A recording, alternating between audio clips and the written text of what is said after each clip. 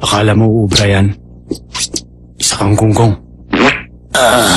Aray ko, bakit ko ba ginawa yun?